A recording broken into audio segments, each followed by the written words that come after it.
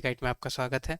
आज की डेट है 18 अगस्त और हम देखेंगे द हिंदू न्यूज़पेपर में क्या क्या इम्पोर्टेंट न्यूज़ कवर थी यूपीएससी सिविल सर्विसेज की जो प्रीलिम्स है जिसमें पेपर 1 है उससे रिलेटेड। तो चलिए देखते हैं क्या क्या न्यूज़ है आज। तो सबसे पहले ये एक न्यूज़ आई है जिसमें जो एक्सटर्नल मिनिस्टर हैं हमारे उन्होंने बात की है भी यूनाइटेड नेशन की रिफॉर्म्स के लिए। तो यूनाइटेड नेशन की रिफॉर्म्स की जब भी बात आए तो आपको समझनी होगी कि यूनाइटेड नेशन सिक्योरिटी काउंसिल की रिफॉर्म की बात की जा रही है। तो हमें ये समझना होगा सबसे पहले तो ये काउंसिल के बारे में, ठीक है, क्योंकि उसी के रिलेटेड पूरी मैटर थी। क्योंकि ये जो अभी मीटिंग हुई है ग्लोबल साउथ समिट जो इंडिया के द्वारा कंडक्ट की जा रही है, ताकि जो ग्लोबल साउथ यानी जो डेवलपिंग कंट्रीज़ हैं उन्हें भी इंटरनेशनल जो पॉलिटिक्स है, राइट, या इंटरनेशनल जो फॉरम्स है उनमें एक लीडिंग रोल मिल पाए। तो देखते हैं यूनाइटेड नेशन सिक्योरिटी काउंसिल्स को। तो ये 6 प्रिंसिपल ऑर्गन है यूनाइटेड नेशंस की, उसी में से एक है, आपको याद रखनी है। काम क्या करती है? तो इंटरनेशनल पीस और सिक्योरिटी को इंश्योर करती है थ्रू आउट द वर्ल्ड, ठीक है। हेडक्वार्टर्स कहाँ है? तो न्यूयॉर्क सिटी, यूनाइटेड स्टेट। और क्या क्या पावर है यूनाइटेड नेशन सिक्योरिटी काउंसिल के पास? कि वो पीस कीपिंग ऑपरेशंस को इस्टेब्लिश कर सकती है, इंटरनेशनल सैंक्शन लगा सकती है कोई भी एक पर्टिकुलर कंट्री में, यहाँ तक कि ऑथराइज मिलिट्री एक्शन भी ले सकती है अगर इंटरनेशनल सैंक्शन लगी और वो कंट्री अगर नहीं मान रही है, फिर भी वो जो भी डिस्ट्रक्शन है वो कर रही है, राइट, जो कहीं ना कहीं इंटरनेशनल जो पीस में ऊपर नीचे कर रही है, राइट, तो वैसी कंट्रीज पे मिलिट्री एक्शन भी ले सकती है, ठीक है। और that are binding on the member state, ठीक है। तो यूनाइटेड नेशन सिक्योरिटी काउंसिल के पास क्या एक एक्सक्लूसिव पावर है कि वो रिजोल्यूशन पास करती है, ठीक है, रिजोल्यूशन पास करके इंटरनेशनल सैंक्शन लगाती है, ठीक है। और इंटरनेशनल सैंक्शन लगाने के बाद अगर कोई कंट्री नहीं मान रही है तो अथराइज मिलिट्री एक्शन लेती है, ठीक है। और ये जो सैंक्शंस या रेजोल्यूशन रहती है जो यूनाइटेड नेशन सिक्योरिटी काउंसिल को ऑथराइज करती है वो बाइंडिंग रहती है मेंबर स्टेट्स पे। यानी अगर यूनाइटेड नेशन सिक्योरिटी काउंसिल ने ऐसी अगर रेजोल्यूशन पास की है, राइट, तो जो मेंबर कंट्री है, तो मेंबर कंट्री आपको पता होगा कि जो भी कंट्रीज हैं जो यूनाइटेड नेशन की मेंबरशिप लेते हैं वो कहीं ना कहीं ऑटोमेटिकली जो 6 उनकी प्रिंसिपल ऑर्गन है यूनाइटेड नेशन की उसकी भी वो मेंबर बन जाते हैं। तो जो मेंबर स्टेट हैं उन पे ये बाइंडिंग होती है। अब सिक्योरिटी काउंसिल को कब क्रिएट किया गया था? तो वर्ल्ड वॉर 2 के बाद इसे क्रिएट की गई थी, ठीक है। और अभी इसमें 15 मेंबर्स हैं, आपको याद रखनी है यूनाइटेड नेशन सिक्योरिटी काउंसिल में, जिसमें 5 परमानेंट है और 10 नॉन परमानेंट है। तो ये यूनाइटेड नेशन सिक्योरिटी काउंसिल क्यों न्यूज़ में रहती है हमेशा? ये जो परमानेंट जो 5 मेंबर्स हैं इसी के पे रहती है ये न्यूज़। क्यों रहती है? क्योंकि इंडिया हो या बाकी डेवलपिंग कंट्रीज हो उन्हें मौका नहीं मिल रहा है ये परमानेंट जो मेंबरशिप है इनमें सीट होल्ड करने का। क्योंकि जब से ये यूनाइटेड नेशन सिक्योरिटी काउंसिल बनी है, ठीक है, तब से अभी तक कोई भी रिफॉर्म्स नहीं आई है। और ये जो 5 परमानेंट मेंबर हैं ये अभी तक यही 5 परमानेंट मेंबर हैं, इनके अलावा कोई 5 मेंबर में से किसी को रिमूव नहीं किया गया या कोई और कंट्री को इसमें ऐड नहीं किया गया। तो हमारे लिए इम्पोर्टेंट है ये 5 कंट्रीज़ को समझना जो कि परमानेंट सीट होल्ड करते हैं यूनाइटेड नेशन सिक्योरिटी काउंसिल में। तो चाइना है, फ्रांस है, रशिया, यूनाइटेड किंगडम और यूनाइटेड स्टेट। याद रखना है आपको, China, France, Russia, United kingdom और यूनाइटेड स्टेट। और ये 5 कंट्रीज क्यों परमानेंट मेंबर बनी थी? क्योंकि ये वर्ल्ड वॉर 2 जब हुई थी उसमें ये इन्होंने विक्ट्री अचीव की थी, इसलिए इन्हें कंसिडर किया गया था permanent, as a permanent member. जो बाकी 10 परमानेंट मेंबर हैं वो इलेक्ट किए जाते हैं यूनाइटेड नेशन जनरल असेंबली से, ठीक है। और कितनी टर्म रहती है? 2 इयर्स। तो इंडिया तो हमेशा नॉन परमानेंट मेंबर की ही जैसे इलेक्ट होती है, ठीक है। और यहाँ आप देख सकते हैं कि 8th टाइम ये permanent non permanent member elect हुई थी 2012 तक, ठीक है। तो यही इंडिया का कंसर्न है कि वो सिर्फ नॉन परमानेंट मेंबर के ही तौर पे इलेक्ट हो रही है और उन्हें मौका नहीं मिल रहा है कि वो परमानेंट जो मेंबर की सीट है उसे होल्ड कर पाए। तो यहाँ देख सकते हैं आप 8 टाइम अभी तक बन चुकी है India non permanent member United nation security council की, ठीक है। अब इंडिया की क्या कंसर्न है? यही है कि डेवलपिंग कंट्री को मौका नहीं मिल पा रही है ताकि वो भी यूनाइटेड नेशन सिक्योरिटी काउंसिल में अपनी सीट को होल्ड कर पाए और दुनिया में जो पीस है उसे आगे बढ़ा पाए, यानी पीस मेंटेन कर पाए।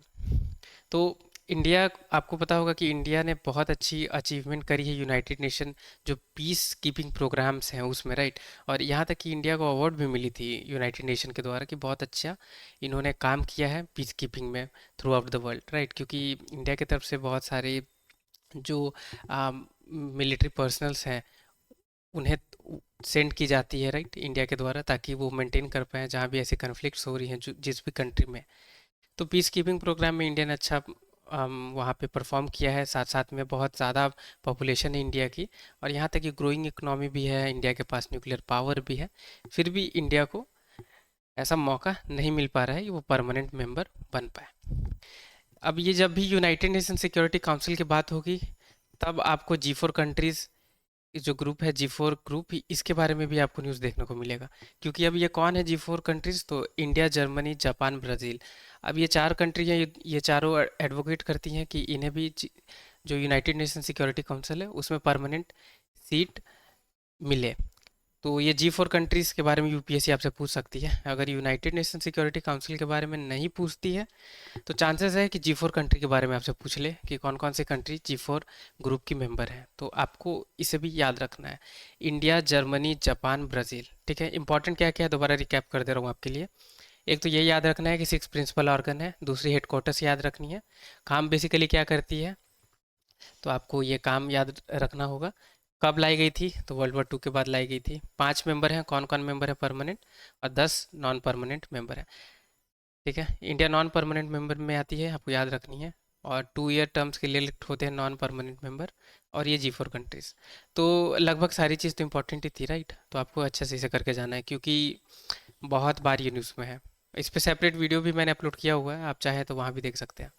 दूसरी न्यूज़ ये मंकी पॉक्स के बारे में है क्योंकि अभी कल ही की न्यूज़ में थी कि पाकिस्तान में पहली केसेस इसकी देखी गई है, राइट, कंफर्म केसेस। तो अभी इंडिया भी सोच रही है कि ये इंडिया में ये इंड्यूस ना हो जाए ऐसी बीमारी, इसीलिए अभी जो हमारे हेल्थ मिनिस्टर है उन्होंने कुछ मीटिंग ली है। तो हमारे लिए मंकी पॉक्स को समझना ज़रूरी है। तो एम पॉक्स है शॉर्ट फॉर्म, इसकी फुल फॉर्म है मंकी पॉक्स। ये क्या है, तो इन्फेक्शियस वायरल डिजीज़ है जो ह्यूमन एनिमल्स दोनों में होती है, ठीक है। सिम्टम्स क्या क्या रहती हैं इसकी, तो रैशेस हो जाती हैं जो बाद में ब्लिस्टर की फॉर्म ले लेती है, और फीवर हो जाती है इंडिविजुअल को, यहाँ तक कि लम्प्स नॉट्स में सूजन भी आ जाती है, ठीक है। जो इलनेस है ये अगर माइल्ड रहती है तो ऑटोमेटिकली क्या होती है कि इंडिविजुअल कुछ हफ्तों में रिकवर कर लेते हैं। पर अगर बहुत एक्सट्रीम केस में अगर ये इन्फेक्शन हुई हुई है तो वैसे केसेस में ट्रीटमेंट ही चाहिए होती है। तो ह्यूमन टू ह्यूमन ट्रांसमिशन ये पॉसिबल है, सबसे खतरनाक बात यही है इसमें। तो कैसे होती है, तो डायरेक्ट कांटेक्ट अगर हो गई वैसे इन्फेक्टेड स्किन से, राइट, या बॉडी फ्लूइड्स जैसे कि कफ, स्नीजिंग या स्पिटिंग वैसे भी हो सकती है। यहाँ तक कि ये सेक्सुअल कांटेक्ट से भी ट्रांसमिट होती है। अभी तक इसकी कोई भी वैक्सीन डेवलप नहीं की गई है, आपको याद रखनी है। तो एम पॉक्स में जनरली क्या की जा रही है अभी कि स्मॉल पॉक्स वाली वैक्सीन ही इसमें भी दी जा रही है, क्योंकि उसकी स्पेसिफिकली कोई तो वैक्सीन है नहीं एम पॉक्स की। तो इसलिए याद रखनी है कोई भी वैक्सीन नहीं है, ना ही कोई भी स्पेसिफिक ट्रीटमेंट है इसकी अवेलेबल। अब एमपॉक्स एंडेमिक कहाँ है ये आपको समझना होगा, सेंट्रल और वेस्टर्न अफ्रीका में। इसी पे यूपीएससी आपसे स्टेटमेंट दे सकती है कि ये एशियन कॉन्टिनेंट या इंडियन सब कॉन्टिनेंट में ये एंडेमिक है। तो वैसे आपको कंफ्यूज कर सकती है, तो याद रखना है सेंट्रल और वेस्टर्न अफ्रीका में ये एंडेमिक है। और नाम तो इसकी हालांकि एमपॉक्स है यानी मंकी पॉक्स, पर नाम से आपको कंफ्यूज नहीं होना है। अभी ऐसे कोई भी एविडेंस नहीं है जिसमें बताई जाए कि जो नेचुरल रिजर्वायर है ये पर्टिकुलर एमपॉक्स वायरस की, ये बंदर ही हैं, मंकीज़ हैं, ठीक है। क्योंकि बहुत सारी ऐसे स्पीसीज़ हैं मैमल्स की, उनमें भी ये वायरस देखी गई है, ठीक है। तो जैसे निपा वायरस में आपको पता होगा पिग्स और फ्रूट बैट ये नेचुरल रिजर्वायर है, राइट। पर अगर बात की जाए कि एमपॉक्स में, तो एमपॉक्स में ऐसे कोई भी क्लियर कंफर्म नहीं है कि जो मंकीज़ हैं उन्हीं से मंकी पॉक्स यानी एमपॉक्स होती है। पहली केसेस कहाँ देखी गई है ये आपको समझना होगा, 1970 में देखी गई है। कहाँ, डेमोक्रेटिक रिपब्लिक ऑफ कॉन्गो। तो डीआरसी में देखी गई है, डेमोक्रेटिक रिपब्लिक ऑफ कॉन्गो में। आपको याद रखनी है कब, तो 1970 में।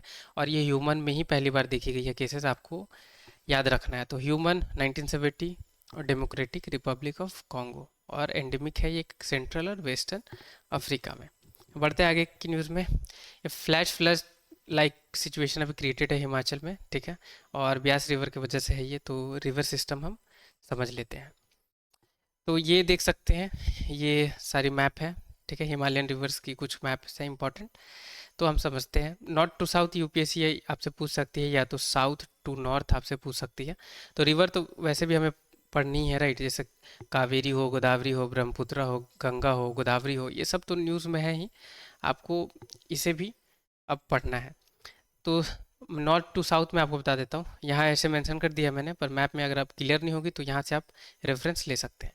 तो इंदस रिवर सबसे ऊपर है, उसके नीचे है झेलम रिवर, फिर उससे नीचे है चेनाब रिवर, फिर उससे नीचे है रावी रिवर, उससे नीचे है ब्यास, और ब्यास से सबसे नीचे है सतलज। तो नॉर्थ टू साउथ ये है, सत इंदस है, फिर झेलम है, फिर चेनाब है, फिर रावी है, फिर ब्यास है, फिर सतलज है। अगर साउथ टू नॉर्थ पूछी जाए तो सतलज है, ब्यास है, रावी है, चेनाब है, झेलम है, इंदस है, ठीक है। IJCRBS ऐसे करके शॉर्ट फॉर्म में आप इसे याद रख सकते हैं, ठीक है।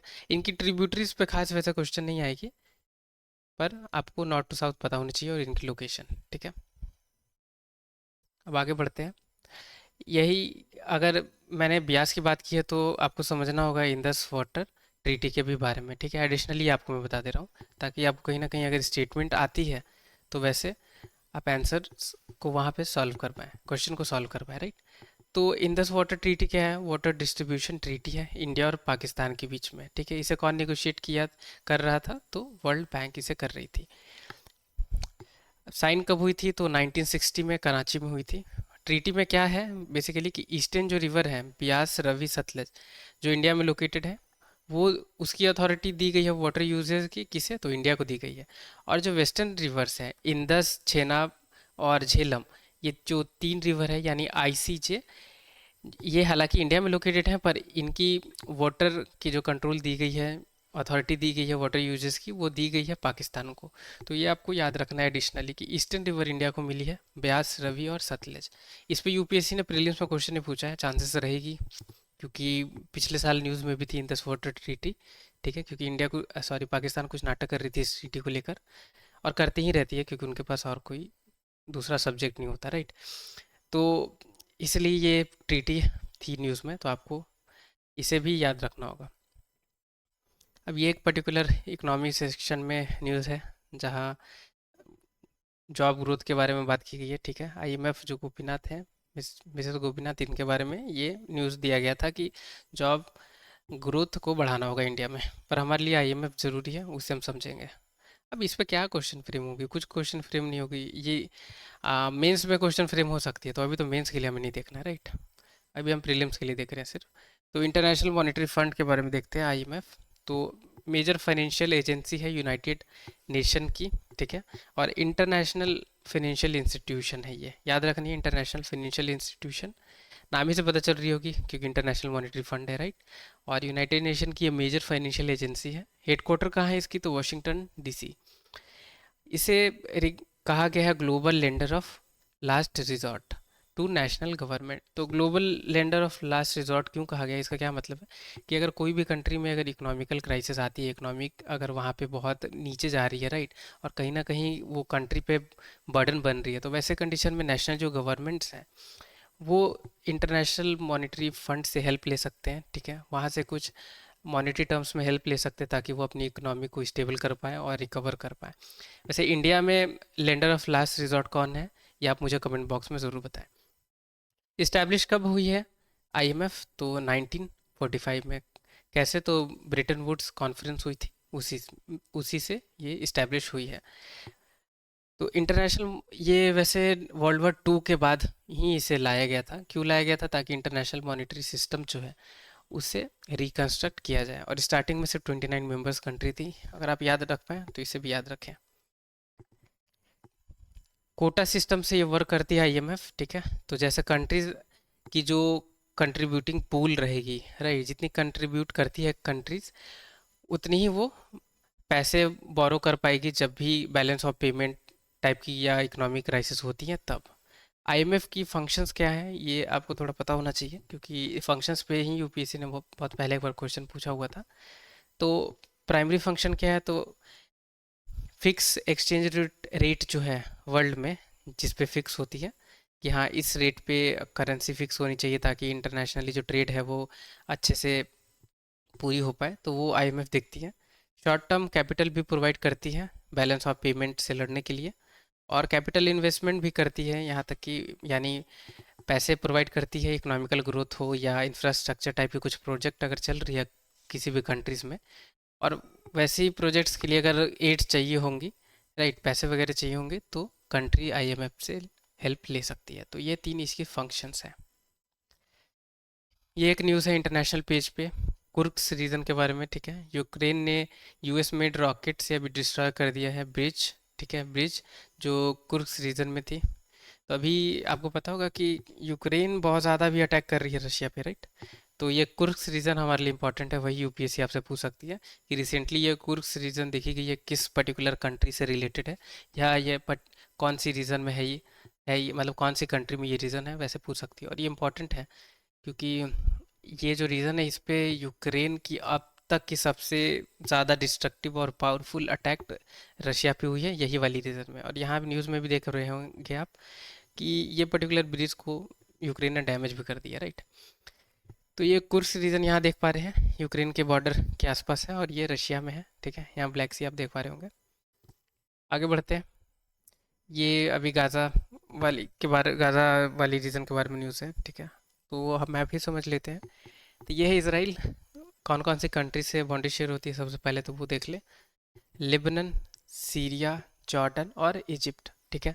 ये मेडिटेरियन सी है। अब ये जो गाज़ा है इसी के बारे में ये न्यूज़ आई हुई है, ठीक है। अब गाज़ा में आपको पता होगा कि यहाँ पे एक्सट्रीमिस्ट जो ग्रुप है हमास, जो जो अटैक करते रहते हैं इसराइल पे, राइट। तो ये यहीं पे रहते हैं, ठीक है। और जो वेस्टर्न बैंक है यहाँ, तो यहाँ पैलेस्टीनियन रहते हैं यहाँ पे, ठीक है। कुछ कुछ बॉडीज हैं हम देख लेते हैं। ये सबसे नीचे वाली आप देख पा रहे हो इजिप्ट के बगल में ये जो है, ये गल्फ ऑफ अकाबा है जो रेड सी से कनेक्ट होती है। यहाँ पे गोलान हाइट्स है, ठीक है। ये लेक हुल्ला है, ये डेड सी है, ये सी ऑफ गैलिली है। तो कुछ कुछ आपको पता होना चाहिए डिटेल्स, ठीक है। तो इसराइल और जॉर्डन के बीच में ही है डेड सी, और यहाँ लेक हुल्ला देख सकते हैं, सीरिया और इसराइल के बीच में है। लेबनान की एक एक्सट्रीमिस्ट ग्रुप यहाँ पर भी है जिसे हिजबुल्ला कही जाती है, राइट। तो ये भी इसराइल पे अटैक करती हैं। तो आज की न्यूज़ में ये भी है कि इसराइल ने दोबारा लेबनान पे अटैक किया हुआ है, ठीक है, रिटेलिएट यहाँ पे किया हुआ है। तो ये कुछ न्यूज़ है पर्टिकुलरली। तो हमें मैप से ही इंपॉर्टेंट है, हमारे लिए मैप ही समझना, ठीक है। आप ऐसा करेंगे, अगर आपके पास फ्री टाइम अवेलेबल होती है तो रेड सी से कौन कौन सी कंट्री बॉर्डर होती है, मतलब बाउंड्री शेयर होती है कौन कौन सी कंट्री की, और पर्शियन गल्फ से कौन कौन कंट्री की बॉर्डर शेयर होती है, वो आप ज़रूर देखें एक बार, ठीक है। क्योंकि इंपॉर्टेंट यही दोनों हो सकती है इसराइल पे अगर डायरेक्टली क्वेश्चन यूपीएससी नहीं पूछती है तो। और वैसे पर्शियन गल्फ में कुछ कुछ कंट्रीज़ हैं, रशिया हो गई, सॉरी रशिया नहीं होगी, माफ़ी चाहूँगा, ईरान हो गई, इराक हो गई, कुवैत हो गई, Saudi Arabia, Bahrain, Qatar, UAE, ये सारी कंट्री से ही बाउंड्री शेयर होती है। पर आप एक माइंड मैप क्रिएट करने के लिए आप एक बार मैप ज़रूर देखें, दोनों इंपॉर्टेंट है क्योंकि।